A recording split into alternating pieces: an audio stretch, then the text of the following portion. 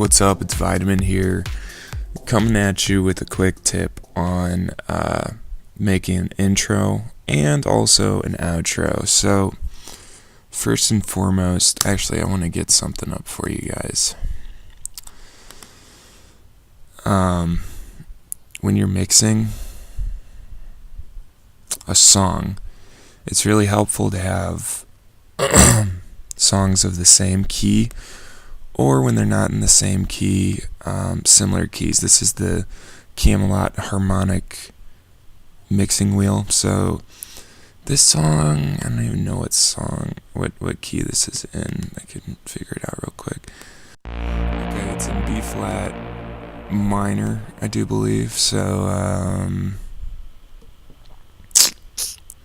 that's right here. So when this song is coming in, it's usually going to be coming from E flat minor or also B flat minor. But when it's coming from E flat, we want to make sure that we don't have a ton of harmonic and especially not melodic elements in the first 30 seconds. And the reason for that is because it's going to clash with the previous song, and it's going to make it really hard for the DJ to mix them together. So what I like to do in the first 30 seconds of my song is to keep it either 100% percussive, which means, no melodic or even harmonic elements at all, or only harmonic, which means that it's only got elements that are in the B flat minor key, and they aren't, moving around. It's just one either chord, or usually I'll just stick to a B flat and a fifth, like an F. And the reason for that is because when you're coming from E flat minor, the reason you mix those two keys together is because they share 6 of the same notes. Alright? And if you use too many of the notes in your keys, one of those notes is going to clash and it's going to sound bad. So if you only use, usually I'll just stick to, B flat, because that's the fifth of E flat, and it's always going to sound good in the previous key. So basically in this one, I start out with just listen.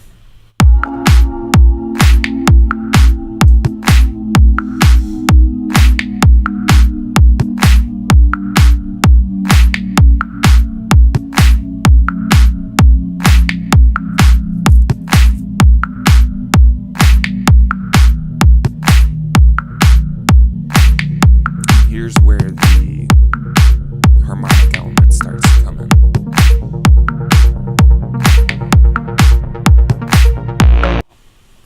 Oh my gosh.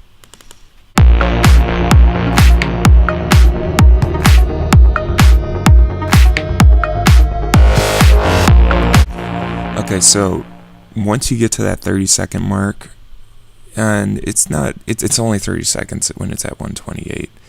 But once you get to that 17 bar mark, that's when you can just go crazy with melodic and harmonic elements, because by that time, the previous song, its outro should be in the final 30 seconds, which I also recommend that you keep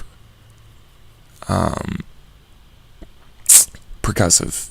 I don't really like to have a lot of harmony in my outro for this reason, because you want it to be able to blend with the song that's next to it that's in a different key. Unless you only want your song to be mixed with songs of the same key, or by, poor DJs who don't even use harmonic mixing at all and are totally clueless, then I suggest that you do this, construct your outros and intros in this fashion.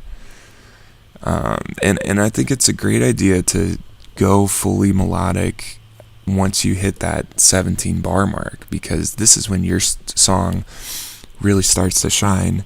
And this is usually when I switch over the bass to the next song.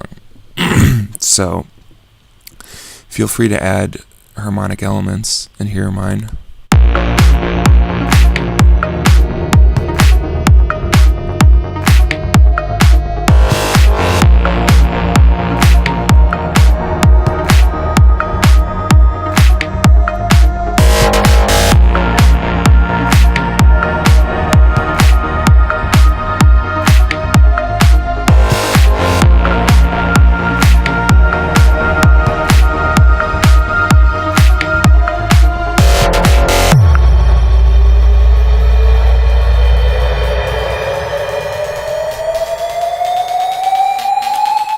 Okay, and then after the 1 minute or 32 bar intro, I really like to take the kick out of there because, and just toss in a break here before you drop for the first time.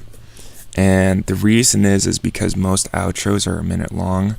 So if you've got, say, a minute and a half intro, then once you get to this point and your kick's still going and you're still building and building, the previous song is just going to be gone, and you're going to be left with your song having to carry all of the weight. And this makes for a pretty awkward transition because you hear like the hats and the snare from the previous song, and then all of a sudden they're just gone. And it sounds weird. So I really like to toss in the break, like have a nice hall kick or whatever, just to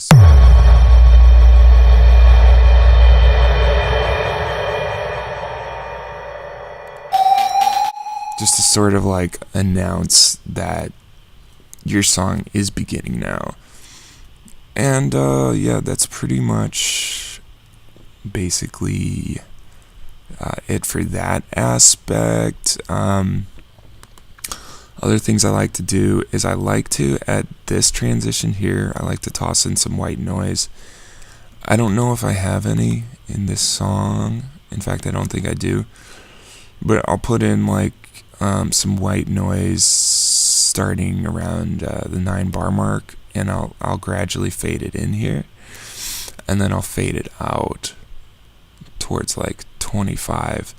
And what that does is it really it sort of like masks the transition from the previous song to your song, and it really makes it sound very nice. And a really great example of this would be Wolfgang Gartner and Deadmau5 in Animal Rights.